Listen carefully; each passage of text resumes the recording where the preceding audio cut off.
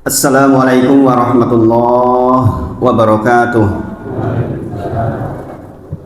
Innal hamdalillah nahmaduhu wa nasta'inuhu wa nastaghfiruh wa na'udzu billahi min shururi anfusina wa min sayyiati a'malina may yahdihillahu fala mudilla lahu wa may yudlilhu fala hadiyalah. Asyhadu an la ilaha illallah wa asyhadu anna Muhammadan abduhu wa rasuluh. Allahumma shalli ala Muhammad wa ala ali Muhammad. Subhanaka la ilma lana illa ma 'allamtana innaka antal alimul hakim. Rabbi shrah li sadri wa yassir li amri wahlul 'uqdatam min lisani yafqahu qawli. Amma ba'd. Bapak Ibu sedaya, kados adatipun kita bersyukur kepada Allah atas nikmat ingkang kita tampi. Selalu diingatkan bahwa nikmat ini adalah titipan, maka pastikan titipan ini bisa kita gunakan sebaik mungkin untuk bisa menegakkan ibadah kepada Allah Subhanahu wa taala. Bahwa kita diberi umur pasti akan ditanyakan untuk apa umur kita. Kita diberi sehat ditanya untuk apa sehat kita. Maka pastikan setiap nikmat sekecil apapun betul-betul terkonversi menjadi ketaatan kepada Allah Subhanahu wa taala. Karena sungguh merugi orang-orang yang diberi waktu, diberi umur, diberi sehat tetapi tidak produktif untuk taat kepada Allah Subhanahu wa taala. Jazakallahu khairan, Mas. Jadi sungguh-sungguh kita serius memikirkan bahwa seluruh nikmat itu betul-betul kita pikirin betul untuk menjadi bekal dan modal taat kepada Allah Subhanahu wa taala.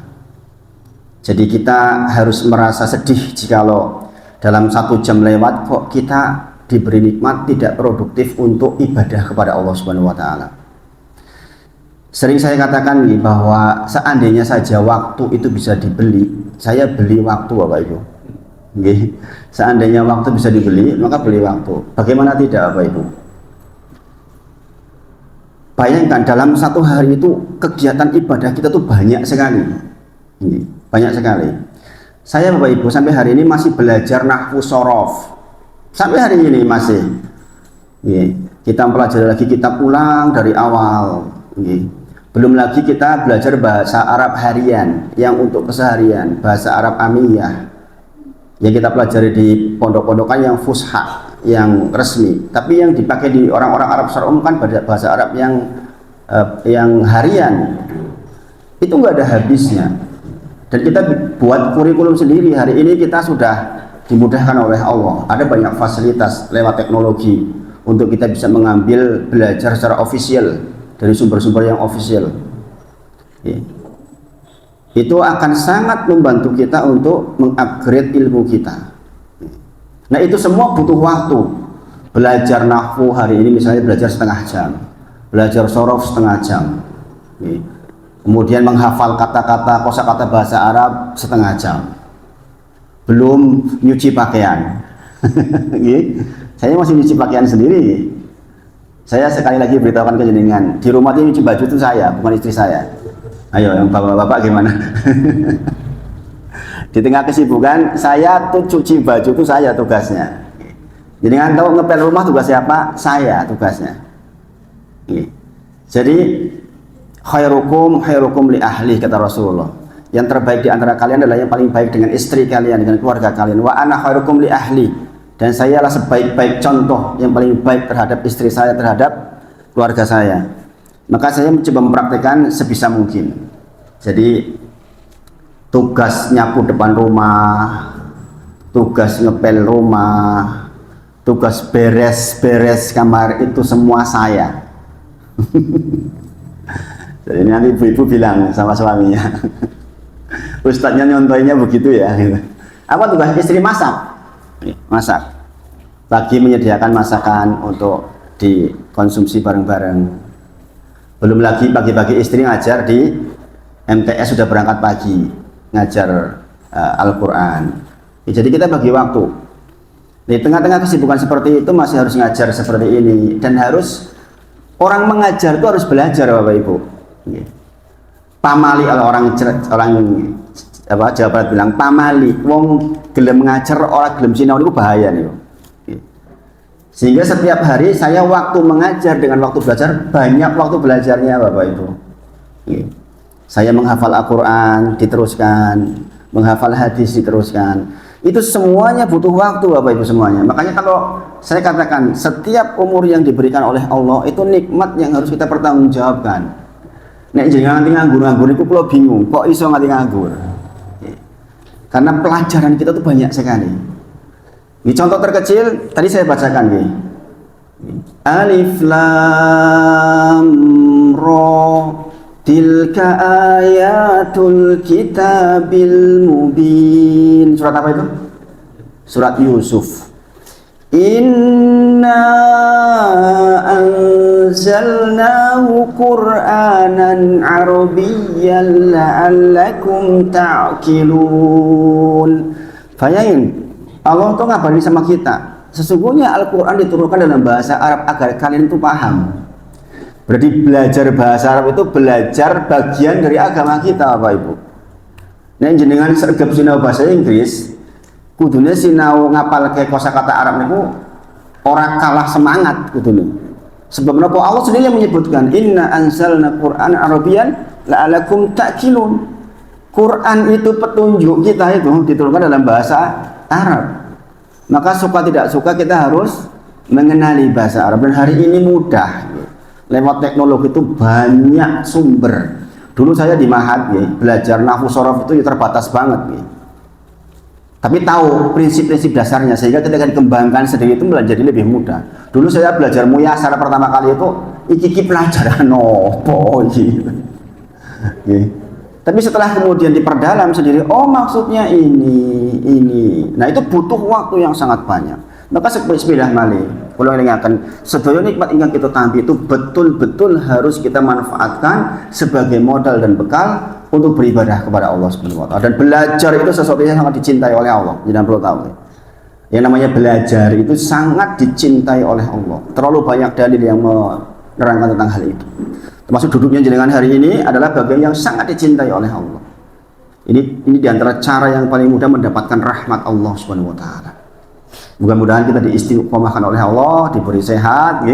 Sekarang masih banyak yang sakit sepertinya ini. Saya sendiri seminggu sehat, tapi hari ini agak kurang nyaman gitu. Rasanya kayak ada yang ganjil di sini tuh, kayak ada agak-agak flu apa gimana nggak tahu. Jadi bekal sehat harus kita manfaatkan sebaik mungkin. Sampun ngantos rugi.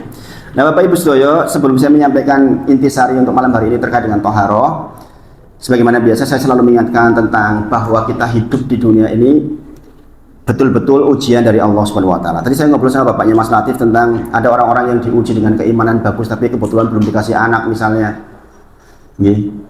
Orang berumah tangga dikasih anak ujian, nggak dikasih anak ujian. Dikasih bocah anak di luar pecicilannya pol-polan ya ujian. Sing ngurung di anak ya ujian. Subhanallah. Dulu salah satu karyawan saya yang di properti dulu itu punya anak tuh tahun ke-8. Tahun ke-8 Bapak Ibu coba dengan sabarnya kayak mana? Nunggu dia anak ulung tahun. Masya Allah. Duwe bojo atau duwe suami ini ujian. Orang duwe suami ya ujian, waduh.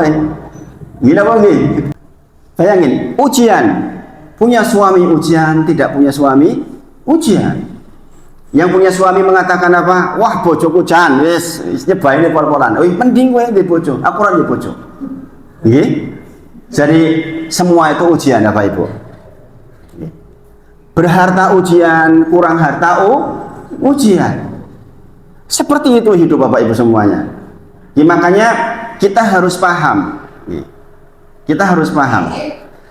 Saya tadi ngeling di pengimaman nih. Alif Lam Mim. Ahasiban nasu ayyutraku ayyakulu amanna wa hum la yuftanun. Memangnya jenengan akan dibiarkan oleh Allah mengatakan aku iki loh beriman sebelum dia datangkan kepada kalian tentang ujian-ujian untuk menguji keimanan kalian. Sesungguhnya orang-orang sebelum kalian kami uji dengan kesengsaraan, kesusahan Bapak Ibu. Jadi jenengan itu akan dikatakan beriman sungguhan jikalau ada ujian, lewat ujian itu lulus. Seorang guru tanpa ngasih ujian ke anak-anak didiknya tuh tahu sebenarnya si fulan pinter, si fulan kurang pinter, ngerti sebenarnya, tapi tetap dikasih ujian supaya keluar nilainya nih loh, ada ijazahnya resmi. Jenengan mengatakan saya orang beriman, kata Allah jenengan tidak akan dibiarkan mengatakan beriman begitu saja, jenengan akan diuji oleh Allah. Quran surah Al-Ankabut surah 29 yang saya bacakan tadi. Jadi inilah pentingnya jenengan tadabbur Quran. Kalau jenengan biasa tadabbur, dengar imam baca tuh nyaman, jenengan tentrem, sholat yo melu tenan niku. Sibuk mboten kados niku? Jenengan pun pernah rampung tamat terjemah Quran dereng? Nah kan dereng tuh. Nek nganti wektune jenengan turah-turah niku pripun? Pun jenengan pernah sepindah mawon. Sak suwene-wene urip jenengan pun 50 tahun. Terjemah Quran niku lho, terjemah Quran jenengan dereng pinter bahasa Arab to. Lah kedah maca terjemah ya to niku. Mumpun pernah tamat dereng. Lah niku nek pripun niku? Berarti kita itu diberi nikmat oleh apa ditanya besok. Maka pastikan setelah nikmat betul-betul kita manfaatkan sebaik mungkin. Allah berfirman di dalam Quran surah Al-Baqarah ayat 214. Quran surah Al-Baqarah ayat 214. Am hasibtum an tadkhulul jannah, kata Allah. Okay. Apakah panjenengan mengira bahwa panjenengan badhe mlebet teng surga? Mengira mboten jenengan? Mengira mboten? Mengira, kita berprasangka baik, kita mengira bahwa kita itu akan masuk surganya Allah. Dengan kita duduk seperti ini ngaji dalam rangka pengen betul masuk surganya Allah. Maka Allah menyatakan di dalam ayat ini, am hasibtum an tadkhulul jannah. Napa jenengan pikir bahwa jenengan pada mendapatkan surga? Kemudian dikatakan wala ma ya'tikum khalau min qablikum. Sementara orang-orang sak derenge jenengan niku diuji dengan berbagai macam ujian. Napa jenengan mikir yang jenengan bebas surga sementara belum didatangkan kepada panjenengan tentang ujian-ujian sebagaimana didatangkan kepada orang-orang sebelum kalian, kata Allah. Masathumul ba'sa wad-dharra wa zulzilu, kata Allah. Sesungguhnya orang-orang sebelum kalian untuk menguji keimanannya, masathumul ba'sa, didatangkan kesengsaraan. Kalau jenengan baca tafsir ayat ini tentang masathumul ba'sa, maksud kesengsaraan adalah kefakiran, kemelaratan, kekurangan bahan makanan, kekurangan harta. Dan banyak orang-orang sebelum kita diuji oleh Allah dengan kekurangan seperti itu. Wis meh panen banjir bablas, subhanallah. Berbalik enggak sekarang? Kayak likuifaksi, wong bangun wis apik tekan dadi bres. Coba dibalik tanahnya seperti itu, subhanallah. Kita bisnis kadang-kadang wis nang lambe, ngupo wis nang lambe ra sido. Tadi saya diceritain salah satu jamaah saya, kebetulan pekerjaannya itu menjadi dalam tanda kutip calo nih, calo tanah. Tapi dia profesional, dia baik hati orangnya. Sudah mau bayar, Ustadz, saya hari itu sudah niat infak katanya. Kok delalai wis arep dibayar mung goro-goro bab sithik terus dadi ora sido. Subhanallah. Kadang begitu nih. Sok wayahe bayar SPP bocah, saya kira nyekel duit. Pernah merasakan? Pak Tovan yang pernah kesini itu anaknya di UAD, kebetulan bayar mandiri 6 juta sekian. Kemarin beliau cerita, sok kudu bayar, saya kisi kurang 3 juta. Kadang begitu Bapak Ibu, diuji dengan kesengsaraan, masathumul ba'sa itu kefakiran, kesengsaraan. Wad-dharra itu keadaan menderita, dan ini biasanya diartikan penyakit. Jenengan akan diuji dengan sakit, kesusahan dalam bentuk sakit. Wazulzilu, dan diguncang-guncang oleh Allah dengan rasa takut. Sok masa depanku piye, anakku piye, sok usahaku piye, sok nek anakku bojo piye, dan berbagai macam. Zulzilu itu diguncang-guncang. Betulan guncangan karena rasa takut atau guncangan secara fisik, sebagaimana guncangan gempa bumi. Kita diberi rasa takut oleh Allah. Hatta yakula rasulu walladzina amanu ma'ahu, kata Allah, sampai Rasul dan orang-orang yang beriman yang bersama para Rasul ini mengatakan mata nasrullah, kata Allah. Kapan toh pitulungane Gusti Allah niku teko? Berarti niku ujian pun abot banget, Reng. Nek wong nganti pondok kelet, ya Allah. Kapan toh rampung iki? Abot banget mboten niku? Rasulullah saja begitu. Apalagi mung awake dhewe. Dene jenengan angsal ujian abot banget, wajarnya begitu. Jangan perlu pegang ini, saya sampaikan ke jenengan biar jenengan tentrem. Yeah.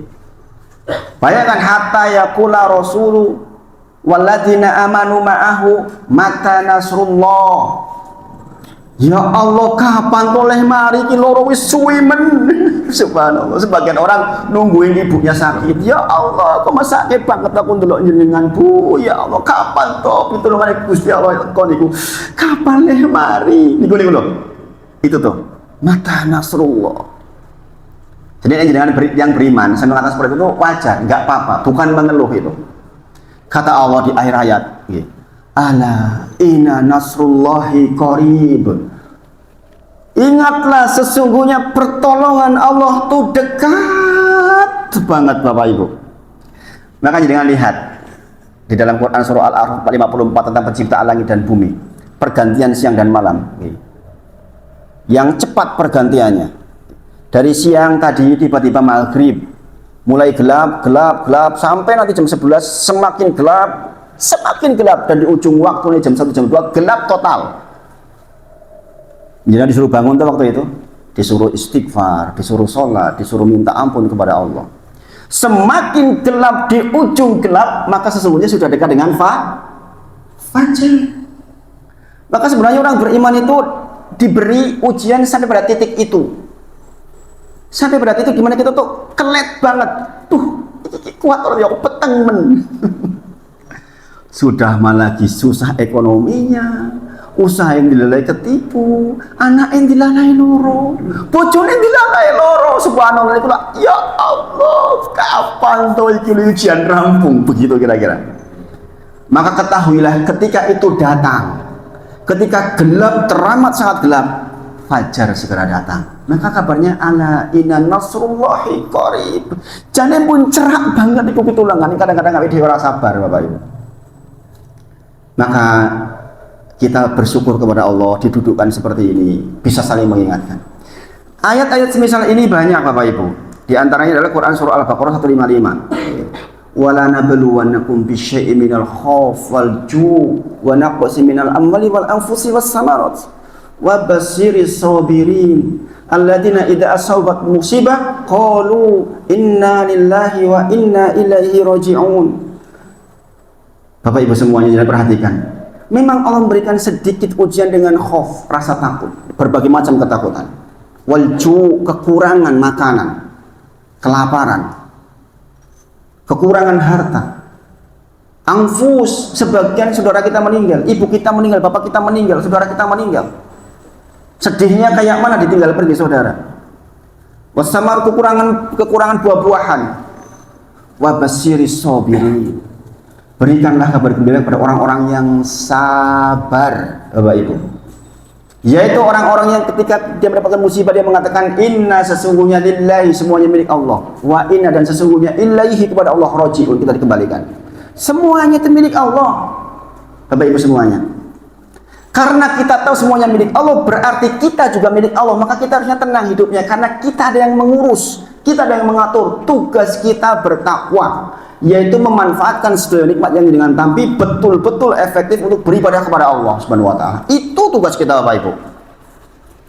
Kenapa saya sampaikan ini kepada panjenengan? Kita hendak belajar toharoh. Saya ingin panjenengan itu bukan cuma suci raga, tapi suci pula jiwanya. Saya katakan jarang-jarang Ustadz menyampaikan seperti ini Bapak Ibu semuanya. Ini hasil pemikiran panjang tentang seperti ini. Kenapa? Saya mengalami semuanya Bapak Ibu. Bismillah. Ini dikatakan sama teman-teman itu diantara bedanya Ustadz yang hanya hasil pondok dengan Ustadz yang mengalami dalam kehidupan dunia nyata. Mengalami usaha bangkrut, mengalami hijrah, mengalami dua anak pecicilan. Sehingga dari hati betul. Yang saya sampaikan jenengan itu pengalaman-pengalaman pribadi Bapak Ibu semuanya. Mohon maaf.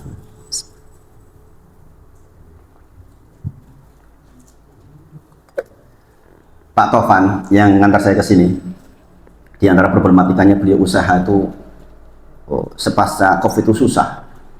Tapi beliau orang yang sangat komitmen untuk menjaga perusahaannya dan menjaga anak buahnya. Sehingga kadang-kadang beliau tuh sing penting anak buahku gajian, kadang-kadang aku ora apa-apa.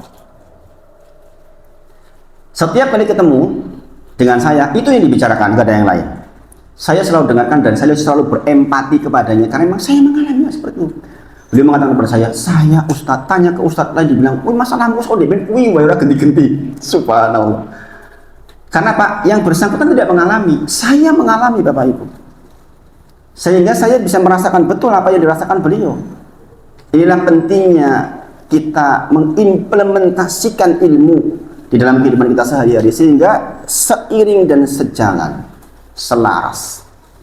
Orang-orang seperti ini jadinya nggak mudah ngejat, menjadi lebih lembut. Oh, sekalian pengumuman gitu. Mas Nadif, saya ngobrol sama Bapak. Insya Allah khusus untuk minggu depan, mungkin kita pada maghrib sampai isya, Mas. Khusus minggu depan saja. Ini sekaligus pengumuman Bapak Ibu. Kenapa yang ba'da isya, saya diminta di forum komunikasi masjid Taman Tirto. Kemarin minta untuk kajian perdana nih, untuk 11 masjid kalau nggak keliru, nanti ditayangkan live insya Allah.